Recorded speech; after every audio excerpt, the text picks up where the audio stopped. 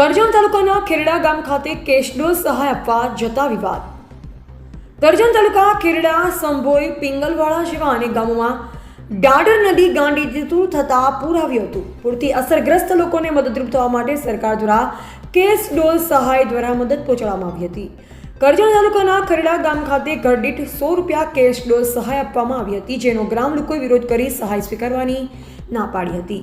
જ્યારે સરકાર દ્વારા કેશડોલ સહાયમાં વ્યક્તિ દીઠ 100 રૂપિયા અને બાળકો દીઠ 60 રૂપિયા નક્કી કરવામાં આવ્યા, જે અન્ય ગામોમાં 2 દિવસ લેખે આપવામાં પણ આવ્યા છે. જ્યારે વાત કરીએ કરજણ તાલુકાના ખેરડા ગામની, તો ત્યાં ઘર દીઠ 100 રૂપિયા આપવામાં આવતા વિવાદ વકર્યો. ગ્રામ લોકોએ આક્ષેપ કર્યો, અમે ખેરડા ગામના લોકો 4 દિવસ પૂરના કારણે ગામમાં પુરાઈ રહ્યા છે, ત્યારે અમારા ગામમાં ન તો કોઈ અધિકારી જોવા આવ્યા, ન તો કોઈ નેતા જોવા આવ્યા હતા. ગ્રામ લોકોની માંગ ઉઠી છે કે સરકાર દ્વારા નક્કી કરેલ કેશડોલ્સની સહાય જે અન્ય ગામોમાં આપવામાં આવી, તે અમારા ખેરડા ગામના પૂરગ્રસ્ત લોકોને પણ આપવામાં આવે. રિપોર્ટર કિરણ પટિયાર, વડોદરા.